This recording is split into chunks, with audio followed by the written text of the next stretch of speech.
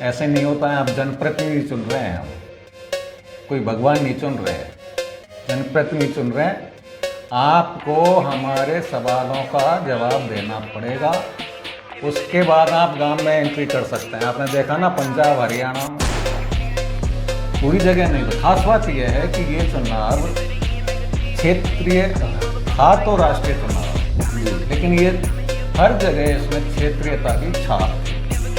अलग अलग क्षेत्र के लोगों की अलग अलग मानसिकता के आधार पर ये चुनाव लड़ा गया और तरीके से अलग अलग क्षेत्र में अलग अलग तरीके से उसकी अलग अलग झलकें आ रही थी। ये इस चुनाव की बहुत महत्वपूर्ण बात है, जो मैं फिर कहूँगा कि जनता ने केवल नेताओं का जो हाथ में होता है चुनाव, उसको छीन कर उसको अपने तरीके से पहलकदमी करके अपने तरीके से नेताओं को बताया कि ऐसे लड़ोगे आप चुनाव, तो चुनाव लड़ने के बाद, जीतने के बाद या हारने के बाद आपको ये करना है। तो ये जवाबदेही जो नेताओं की होनी चाहिए लोकतंत्र में, इस बार कोशिश की जनता ने कि उसको सुनिश्चित करें।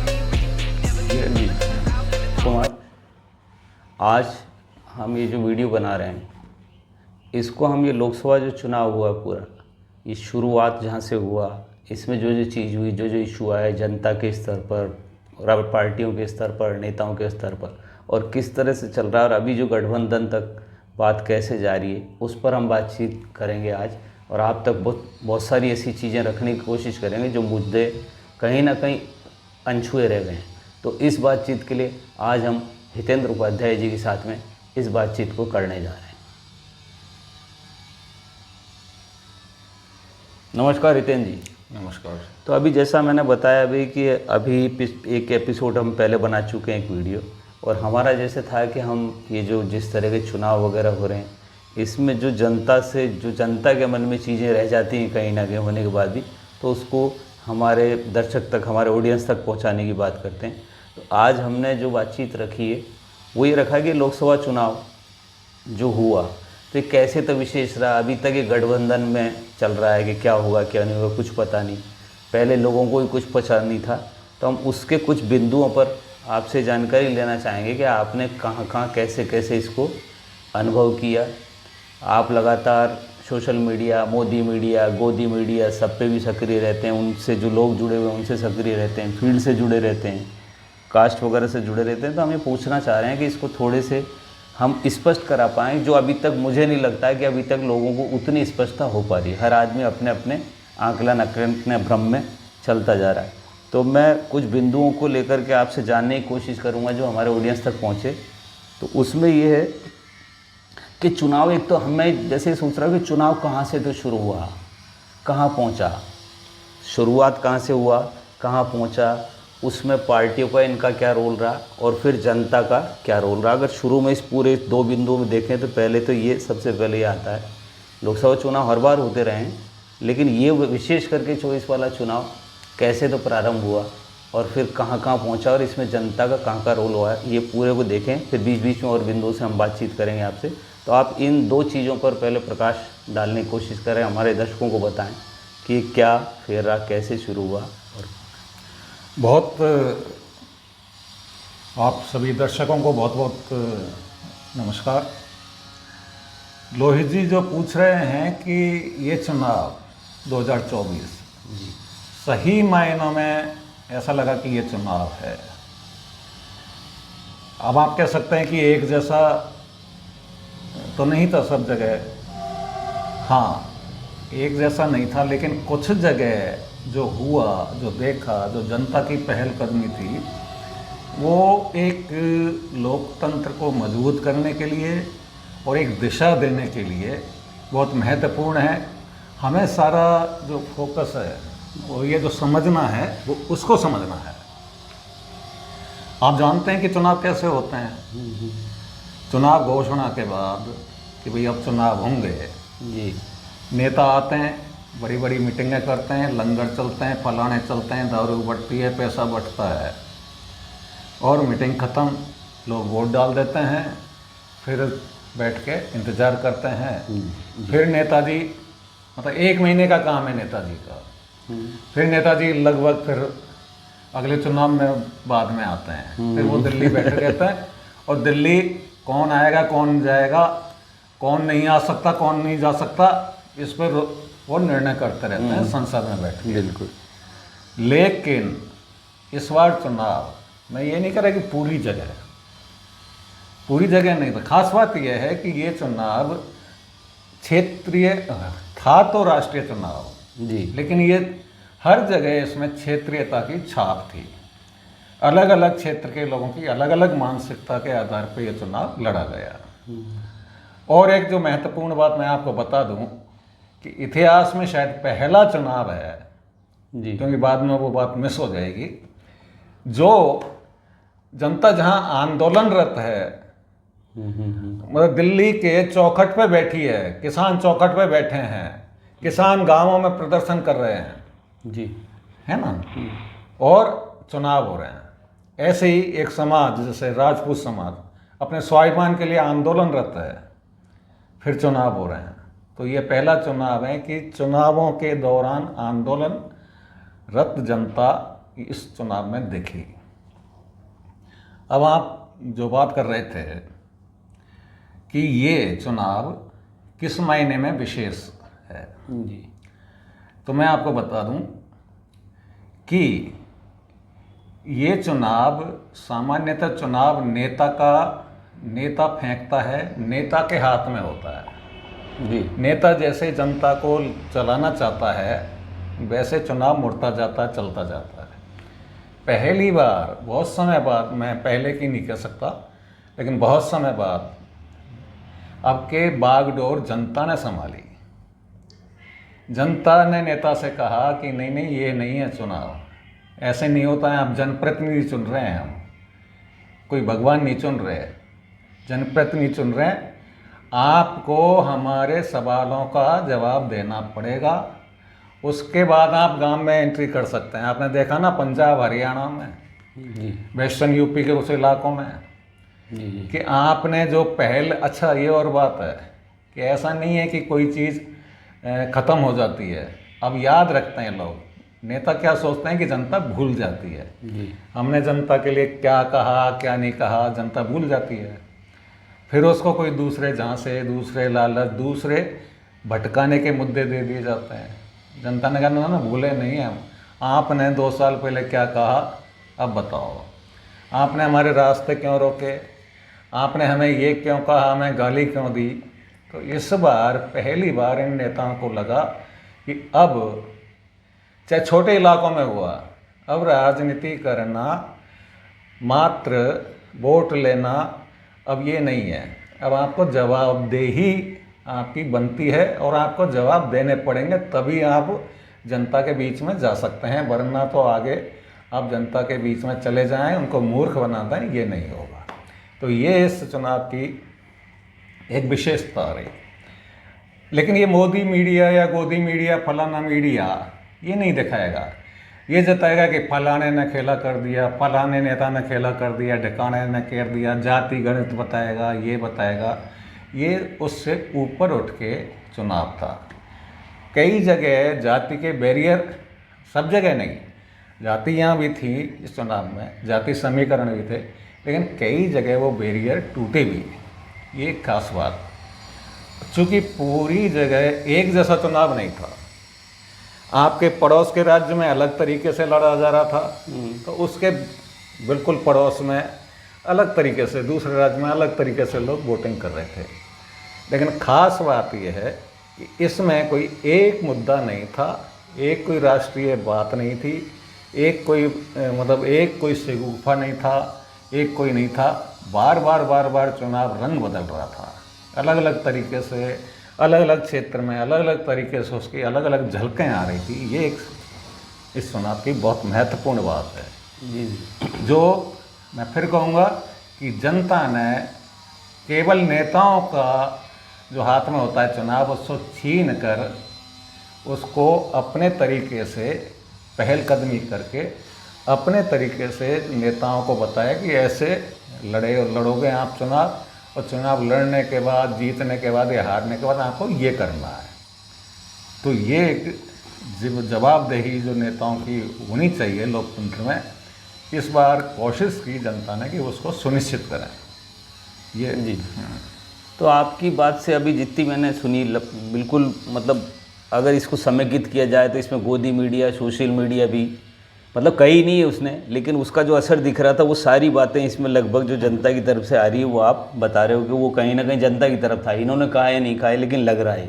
अब दो बातें निकल के आती हैं आपकी बात से भाई, एक तो पार्टी का स्टैंड तो क्या था अभी जब कह रहे हैं ना, और एक जनता के विशेष मुद्दे, ठीक है अलग अलग था, आप कह रहे हो कल्चर उधर वो थोड़ा फर्क पड़ता, जाति का फर्क पड़ता, आंदोलन रहते, लेकिन जनता के तो अगर हम इसको फिर भी समेकित करें तो एक सामूहिक मुद्दा जनता के लिए कौन कौन से मुद्दे ज़्यादा प्रभावी रहे इस वाले चुनाव में, और नेताओं ने अपनी जो षड्यंत्रकारी करते हैं, आप जो दारू बता रहे हैं, पैसा बता रहे हैं, तो इस सबसे लिए या पार्टियों ने इस सबसे के लिए क्या क्या स्टैंड किए, और जनता के अपने विशेष करके मुद्दे क्या थे कि जिनके आधार पर उन्होंने सवाल पूछे, जिनके आधार पर उन्होंने जवाबदेही के लिए उनको कहा। तो ऐसी कौन सी विशेष चीज़ें थी जो जनता के जहन में थी कि वो इतना कर पाए, सवाल पूछ पाए, ये कर पाए? हाँ, आप ठीक कह रहे हैं कि अभी तक देखिए लोहित जी क्या हो रहा था पिछले 10-15-20 सालों में या 3-4 चुनावों में क्या हो रहा था कि एजेंडा ऊपर से फिक्स होता था कि ये एजेंडे चलेंगे, ये नहीं चलेंगे, ये एजेंडे फेंके जाएंगे और जनता उस पर अपना मन बनाएगी। लेकिन इस बार वो बहुत सारे इलाकों में पूरी तरह नकार दिया। उन्होंने कहा आपका एजेंडा हमें नहीं चाहिए, हमें अपनी बात करनी है कि हमारे लिए कौन सी उचित नीतियां हैं, कौन से उचित मुद्दे हैं, उस पर बात करनी है, उस पर बात करो। आपके फेंके हुए जो मुद्दे हैं, धार्मिक कह लो, जातीय कह लो, है ना, या घृणा के कह लो, है ना, ऐसे मुद्दे हम आपके नहीं चलने देंगे, पहली बात। दूसरी बात, इस बार जनता ने दो चीज़ों में अंतर किया। धार्मिक आस्था, क्योंकि हिंदुस्तान की जनता आप जानते हैं कि धार्मिक आस्था रखती है ना, उसकी धार्मिक आस्थाएं बहुत प्रबल, और एक धार्मिक पाखंड, इन दोनों में अंतर किया। धार्मिक आस्था तो मेरी है, लेकिन मैं धार्मिक पाखंड को उसने इस बार टोटली अस्वीकार किया है। उसने कहा तुम्हारे ये धार्मिक पाखंड, धर्म के नाम पे भावनाओं को बुना के वोट लेना, धर्म के फिर सत्ता बनाना, सत्ता लेना, ये नहीं चलने देंगे। आप हमारी धार्मिक आस्था है, ठीक है, जो भी है, लेकिन इसको राजनीति से हम अलग करते हैं। हम कोई ईश्वरीय अवतार नहीं चुन रहे, हम एक हमारा प्रतिनिधि चुन रहे हैं, और एक प्रतिनिधि के बाद वो प्रतिनिधि और लोगों को चुनेगा, है ना, उनमें से एक मुखिया बनेगा, है ना, वो चुन रहे हैं, वो प्रोसेस में हैं हम कोई धार्मिक मतलब पुजारी, पंडा, ये वो मौलवी, है ना, वो नहीं चुन रहे। इसलिए जनता ने कहा कि भाई आपका ये नहीं चलेगा, ये वो अपनी जगह है, हमारी आस्था है, लेकिन आप हमारी आस्थाओं को बुना के वोट हम नहीं डालेंगे। तो एक महत्वपूर्ण बदलाव ये हुआ।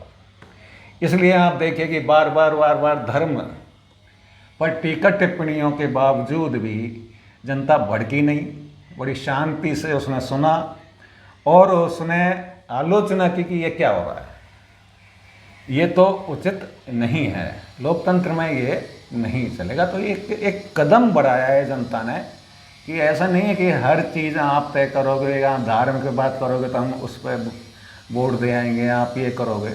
हमारे भी मुद्दे हैं, हमारी MSP का मुद्दा है, हमारी ये अग्निवीर योजना का मुद्दा है, हमारे और भी मुद्दे हैं, गरीबी है, महंगाई है, इन पे बात करो। तो ये एक महत्वपूर्ण बात हुई कि उसने दोनों चीज़ों को अलग किया। इस अलग करने से क्या हुआ कि जो कुछ लोग कह रहे थे कि भाई मैं ही सर्वे सर्वा हूँ, मैं ही हूँ और 543 वोटों को मेरे को वोट है, मतलब मैं हूँ, तो उसने जनता ने पूरी तरह उसको नकारा है। अब वो कहीं ज़्यादा नकारा है, कहीं कम नकारा है, लेकिन ये पहल शुरू हो गई कि हम लोकतंत्र में ऐसा आदमी चुनने जाएंगे जो संविधान के अनुसार चले, ना कि अपनी व्यक्तिगत मनोइच्छाओं, अपनी मतलब महत्वाकांक्षाओं के चलते चले, वो देश को चलाए तो संविधान के अनुसार चलाए। ये इसमें एक बहुत महत्वपूर्ण बात थी। आपकी इस बात को मैं देखूं, जितना आपने बताया, इसको अगर सार रूप में देखूं तो इसका प्रभाव जो मैं देख पाया हूं, वो मैं देख पाया हूं कि अब की बार दोनों पार्टियों के चुनाव घोषणा पत्र निकले थे, लेकिन मैंने जितना भी देखा, गोदी मीडिया, सोशल मीडिया, इन सबको भी छोड़ दूं, लेकिन आम राय पर देखूं तो जनता ने इस पर कोई ज़्यादा डिबेट अब की बार मैंने नहीं देखी दोनों के घोषणा पत्र में। मैं ये कह ही नहीं रहा कि इसका अच्छा खराब है, लेकिन जनता पर उन घोषणा पत्र का प्रभाव नहीं था। तो ये जो आप कह रहे हैं कि जनता ने अपने मुद्दे उनके दिमाग में पहले से ही थे, तो उनके दोनों पार्टियों के घोषणा पत्र पे मैंने जनता में आपस में डिस्कशन करते हुए ज़्यादा नहीं देखा। नहीं, ऐसा नहीं है कि जनता ने उन घोषणा पत्रों की तरफ ध्यान दिया या नहीं दिया, ऐसा नहीं है। वो उसके जहन में आगे पीछे कभी ना कभी चुनाव के दौरान गए हैं। अब वो पूरा गया है या पूरा नहीं गया है, किस रूप में गया, वो एक अलग बात है। जैसे यही इस चुनाव की खास बात थी कि एक पार्टी ने अपने घोषणा पत्र में कुछ चीज़ें लाइन खींच दी कि हमारा ये स्टैंड है, लेकिन और दूसरे ने उसको भटकाने के लिए उसके बारे में अलग अलग तरीके की बातें की। पहली बात। दूसरी बात, जनता ने कुछ मुद्दे चिन्हित कर लिए कि इन पे बात होनी चाहिए। जैसे विशेष कर मैं कहूँ कि ये अंडर करेंट था। हो सकता है कि हमें वैसे सुनने में नहीं आया बहुत ज़्यादा उस तरीके से, अंडर करेंट था कि भाई संविधान बदलेगा या नहीं बदलेगा। तो इस बार जो कहता था, मीडिया भी कहता है कि भाई मुद्दे नहीं थे इस बार मुद्दाबिन चुनाव है, लोग पता नहीं किस पे वोट दे रहे हैं, बड़ा शांत चुनाव है। ऐसा नहीं था, सबसे हलचल, दिमाग में हलचल पैदा करने वाला चुनाव था ये। हल्ला गुल्ला कम हो, लेकिन लोगों के मन मस्तिष्क को प्रभावित करने वाला चुनाव था। समझ रहे हैं? इसीलिए तो एकदम आप नतीजों से चौंके होंगे कि एक स्टेट में अलग तरीके के नतीजे, उसके पड़ोस वाले स्टेट में अलग तरीके के नतीजे, है ना। तो ये क्या है कि लोगों ने क्या है कि ये इस बार जो चुनाव थे वो इस पे थे कि मुद्दे तो थे ही उसमें, लेकिन इसमें नीतियों का भी जिक्र था। नीतियों का जिक्र ऐसे कि हमारी सामाजिक, राजनीतिक, आर्थिक व्यवस्था आगे कैसी होगी, इस पे ये नीतियाँ, जो जिसकी नीतियाँ जिसको ठीक लगी उसको बोल दिया। ये पहली बार हुआ है कि नीतियों को लेकर सवाल उठे कि भाई मतलब जैसे किसानों के संदर्भ में, खेती किसानी का क्या होगा, इस पर नीति, आपकी नीति बताओ। युवाओं के रोजगारों पे क्या होगा, इस पर नीति बताओ। महिलाओं की सुरक्षा, सम्मान और इस पर क्या होगा, इसकी नीति बताओ, है ना। देश की आर्थिक स्थिति, देश में जो असमानता है, निजीकरण है, कुछ ही लोगों के हाथ में देश को सौंपा जा रहा है, इस पर आपकी क्या नीति है। मतलब बराबर का कुछ ना कुछ सबको हक मिलना चाहिए ना। पहली बार वोटर ने कहा है कि ये आपकी राष्ट्रवाद पे क्या नीति है। अरे राष्ट्रवाद है तो राष्ट्रवाद में वोटर की भी, हमारी भी बात होगी, मतदाता की भी बात होगी, जब ही राष्ट्रवाद है। वरना मतदाता की बात मत करो और बेमतलब में राष्ट्रवाद चिल्लाते रहो, ये नहीं चलेगा।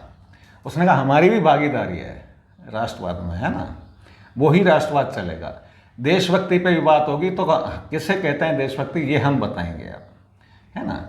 आप कौन होते हैं कि आप किसी के जन अधिकार आंदोलनों को कुचलने वाले, क्या ये नीति होगी कि आप सड़क, मतलब उसकी चौखट पे लोग बैठे हैं और आप सुन नहीं रहे हैं, इतने अहंकारी हो रहे हैं। तो इस तरीके की नीति महत्वपूर्ण, इसके सारे जो पीछे था, अब वो मुखर होके आई या जनता ने उनको अभिव्यक्त किया, ये मैं नहीं कह रहा, लेकिन उसके दिलो दिमाग में ये बहस थी, बातचीत थी और ये नीचे तक थी। आप 5 किलो अनाज दे रहे हैं तो ये आप कोई एहसान कर रहे हैं या हमारा अधिकार है, ये बताओ, है ना। कुछ लोग कह रहे थे हमने ये कर दिया, है ना, हमने ये कर दिया, 80 करोड़ लोगों को अनाज देते हैं। भाई आप अनाज दे रहे हैं तो ये आपकी, मतलब आप एहसान नहीं कर रहे, आप रोजगार दो उनको, अनाज क्यों दे रहे हो। क्योंकि रोजगार दे नहीं सकते तो 5 किलो अनाज में टहला रहे हो, उस पर भी एहसान कर रहे हो, उस पर भी कह रहे हो कि देखो हम कितने दानदाता हैं। तो कहने का मतलब है इस बार इस पर सवाल इस पर भी उठे कि ठीक है आप दे रहे हो, लेकिन क्या हम, वो तो हमारा अधिकार है, अगर नहीं हो तो आप हमें रोज़गार दो, हमारे बच्चों को रोज़गार दो, हमारी शिक्षा स्वास्थ्य इस पर काम करो। तो इस तरीके से ये नीतिगत मामलों को लेके ये चुनाव था। अब मैं फिर बार बार कह रहा हूँ, दोबारा कह रहा हूँ, एक जैसा नहीं था सब जगह, कुछ इलाकों में एक दिशा दी है ना। दूसरी बात इसके चुनाव में खास बात हुई है कि लोगों का डर मिटा है। सत्ता से सवाल पूछने का उनको लगा कि ये मौका है और लोगों का डर मिटा है। और इसके लिए मैं पिछले जो दो तीन साल से जो किसान आंदोलन चला उसको मैं कहना चाहूँगा कि उसने देश की जनता को इतना निडर बनाया कि हो सकता है कि आगे आने वाले भविष्य में जनता अलग तरीके से चीज़ों को लेने लगे। तो अब ये बातचीत विषय में तो आपने बहुत कम बातों में मुझे लग रहा है बहुत सारी बातें कह दी। अब इसका देखो, अब एक ताज़ा उदाहरण है ना जी, मैं जो कह रहा था ना कि अब लोग भूलते नहीं हैं और वो अंदर ही अंदर लोगों का गुस्सा होता है। और इसलिए जैसे आप दो तीन चीज़ें देखिए, जहाँ एक नेता जो था केंद्रीय मंत्री था, उसके लड़के ने किसानों को कुचला, उसको हरा दिया जी जी, लोगों ने। वो टैनी, अजय मिश्र टैनी को हरा दिया। याद था उनको कि इसने किसानों को जीप से कुचला इसके लड़के ने। और अभी तत्काल जो कांड हुआ वो क्या यूं ही नहीं हुआ। उस बच्ची में जो एक उसको याद था कि वो क्या शब्द थे, उसके गूंजते थे वो शब्द, और जैसे ही उसका सामना हुआ उसने हॉट टॉक की। अब थप्पड़ वप्पड़ का तो मेरे को पता नहीं, लेकिन हॉट टॉक की भाई तुम मतलब होगी, वो सोच रही थी अब तो मैं क्या है वो बन गई। तो अब जनता ये सोचे इनको टोकना चाहिए, इनको कहना चाहिए तुम हो क्या, तुम कैसे कह देते हो, ऐसे कैसे कह दिया, अब जवाब दो। तो ये एक जो है कि भाई आपके लोग भूले नहीं। सामान्यतः हिंदुस्तान की जनता भूल जाती है कि पहले क्या कहा, किसने क्या कहा। जी जी। और दूसरा एक जो महत्वपूर्ण जो बात है कि इस बार ये चुनाव मैं विशेषकर कहूँगा मोदी जी के जो व्यक्तिवाद है उसके अहंकार के खिलाफ था, नकारा है उसको, टोटली नकारा है वो व्यक्तिवाद कि भाई मैं ही हूँ, मैं ही सब कुछ हूँ, मैं ही जो तय करूँगा वो होगा, मेरे कहने से पता है, उसको नकारा है टोटल। या इसको इस रूप में भी कह सकते हैं कि जनता ने अब ये बता दिया कि राजनेता मोदी हो या कोई भी हो, लेकिन उसका अहंकारवाद बिल्कुल भी सहन नहीं किया जाएगा, ये बता दिया उन्होंने। बोले ये जो टेलर है अभी पिक्चर और दिखा सकते हैं। इसलिए आपको याद है कि चुनाव से पहले 5 साल तक ये बहस रही कि ठीक है मोदी का विकल्प बताओ। इनके लोग पूछते थे ना विकल्प क्या है, विकल्पहीनता है। तो जनता ने कहा विकल्प तो बाद में देख लेंगे, पहले तो आपके जो व्यक्तिवाद है इसको तोड़ना है। विकल्प तो देख लेंगे, जो अब विकल्प नहीं भी होगा जब भी देखेंगे। हम हैं, जनता है विकल्प। उन्होंने ये कहा, मैं इसका इनडायरेक्ट मैसेज ये है कि उन नेताओं में विपक्ष के में कोई है विकल्प या नहीं है। हाँ मैं विकल्प, अरे हम हैं, जनता है, हम हैं विकल्प। तो इसलिए इस बार आप देखिए कि विकल्प की बात इस चुनाव में एक बार भी आई, कहीं भी किसी भाषण में आई कि देखिए विपक्ष वालों के पास कोई विकल्प नहीं है इसलिए मोदी जी हैं। ये टोटली, क्योंकि वो समझ गए थे कि जनता समझ गई है कि कोई विकल्प का कुछ नहीं है, जो भी हम देख लेंगे। तो इसलिए ये महत्वपूर्ण चुनाव था। ये बहुत सारी चीज़ें थी, इसलिए ये एक अलग तरीके का चुनाव था और एक हिंदुस्तान के लोकतंत्र को एक दिशा देने वाला, लोगों की बढ़ती भागीदारी, क्योंकि निष्क्रियता उधर भी थी। अब तक चुनाव देके 1 महीने का खेल था, चुनाव हो जाते उसके बाद लोग भी कोसते तो रहते थे लेकिन कोई ढीले ढाले। इस बार लोगों ने चुनाव में ही पूरा एक अलग तरीके का जो परिदृश्य पैदा किया, वो हो सकता है कि हिंदुस्तान की जनता चेतना को और आगे ले जाए और जहाँ जिन इलाकों में वो नहीं है वहाँ भी फैलाए। मेरा तो यही इस पर कहना है। अब इसको अगर हम समेकित करें तो एक लास्ट सवाल मैं पूछूंगा कि एक तो लंबा चुनाव था ये, तो आपको जो इतना अनुभव उसमें कैसे लगता है कि कब तो ये राजनीति पार्टी या नेताओं के हाथ में था और कब ये पूरी तरह से जनता के हाथ में आ गया? अगर इसको हम समेकित करें और इसके ये हिस्से करें तो उसके बारे में अगर आप कुछ कहें तो।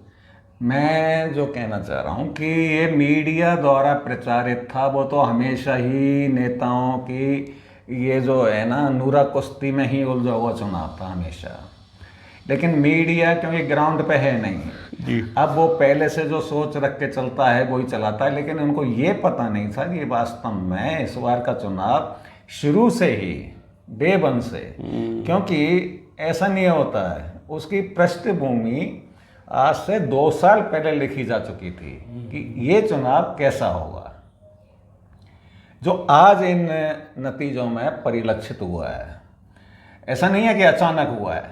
किसान आंदोलन जो दिल्ली की बॉर्डर से पिछले 2 साल पहले चले गए, लेकिन ये मानते थे कि ये ख़त्म हो गया, ख़त्म नहीं हुआ, और ज़्यादा मतलब ज़्यादा संगठित हुआ, ज़्यादा वो राजनीतिक तरीके से सोचने लगे कि यार ये मसले क्या हैं और ये कैसे हल होंगे और कौन इनके जिम्मेदार हैं, है ना। तो ऐसा नहीं है कि अब ये कि कुछ इलाकों में वो नहीं दिखता है, बात अलग है, लेकिन जहाँ है, मैं वही कह रहा हूँ कि अभी पूरे हिंदुस्तान में नहीं है, लेकिन जहाँ है वहाँ ये काफ़ी स्ट्रॉन्ग मैसेज है। तो आप जो पूछ रहे हैं कि कब इनके हाथ में था, तो अगर वास्तविकता में पूछें तो इनके हाथ में ये चुनाव शुरू से ही नहीं था। पहली बात, कुछ चीज़ें जैसे ये क्या है कि धीरे धीरे चुनाव और ज़्यादा जनता के साथ, जनता की पकड़ में जाता चला गया, जैसे जैसे विशेषकर जैसे संविधान 400 पार ऐसे नारे उछलने लगे। जी। अब आप क्या कहेंगे कि जो श्री राम को लाएं हम उनको लाएंगे। बिल्कुल। अब ये कहते तो हैं कि हम राम का राजनीतिक उपयोग नहीं करते, लेकिन ये शुद्ध राजनीतिक नारा है। जनता ने उसी अयोध्या से इनको डिफीट दी, हरा दिया। कि आप कौन होते हैं राम को ना लाने वाले? आप मतलब राजनीतिक फायदे के लिए राम का उपयोग करते हैं और झूठ बोलते हैं कि हम कभी भगवान का उपयोग नहीं करते, लेकिन सही मायने में आप यूज़ कर रहे हैं। तो जनता ने वहाँ भी नकारा। तो ये एक अलग अलग तरीके से उदाहरण, और इसका एनालिसिस करेंगे तो आपको अद्भुत चीज़ें देखने को मिलेंगी, कहाँ कहाँ जनता ने कैसे ये चुनाव लड़ा। और क्षेत्रीयता का भी सवाल है। ठीक है, वो जो चुनाव जीत जाता है, लेकिन ये एक इनके लिए खतरे की घंटी है। मैं सभी पार्टियों के नेताओं, राजनेताओं के, आप जनता, अगर ये दिशा जो अभी छोटे इलाके में हुई है, छोटे एरियाज में हुई है, अगर ये दिशा पकड़ ली तो इनको हर कोई हाथ जोड़ेगा सांसद बनने से। रियल नहीं बनना सांसद, क्योंकि जवाब देना पड़ेगा। अब आपको बताना पड़ेगा कि आपने क्या तो बोला, आपके शब्द, एक एक शब्द पे भी बोलना पड़ेगा कि मैंने क्यों बोला और कैसे बोला। क्योंकि जनता अब अगर इस तरीके से चेतनाशील हो गई तो छोड़ेगी नहीं। ये मतलब मेरा नहीं, ये आपकी लग रहा है सारी बातों, क्योंकि ये विशेषता जो चल रहा था ये महसूस तो सब कर रहे थे, लेकिन अभी तक मेरे को मैंने कहीं सुना नहीं कि चुनाव जनता लड़ रही है। वैसे ही बोल रहे थे चुनाव जनता लड़ रही, लेकिन उसकी स्पेसिफिक चीज़ नहीं बता पा रहे थे। तो आपने जैसे बताया कि शुरू से ही जनता का ही चुनाव था, उसी ने लिया, और जैसे जैसे उन्होंने कुछ मुद्दे के इशू उठाए उस पर वो चीज़ें, स्थितियाँ और पकड़ मजबूत होती, और वो पकड़ बनता रहा एरिया में। ये इसका खास बात है कि वो 7 चरणों में था, लंबा चुनाव था, तो वो एक एरिया से निकल के दूसरे एरिया में फैला। अगर वो 1-2 चरण का होता तो निबट जाता, शायद ये रूप में नहीं होता। तो ये खास बात जो है कि लोगों ने सवाल किया, लोगों ने कहा कि भाई आप ठीक है चुनाव वोट मांग रहे हो, लेकिन हमारे बातों का तो जवाब दो, क्यों वोट दें आपको। तो ये एक वाजिब सवाल है, और यही लोकतंत्र है, और क्या है। तो ये अलग बहुत अद्भुत चुनाव है, और ये मेरे को लगता है कि ये एक नई दिशा दिखाई है। और विशेषकर कुछ राज्यों ने, हरियाणा ने, पंजाब ने, वैष्णव कुछ इलाकों ने, इवन राजस्थान के कुछ, जहाँ जहाँ आंदोलन और हलचल है वहाँ के जो इलाके हैं उन्होंने एक दिशा दिखाई।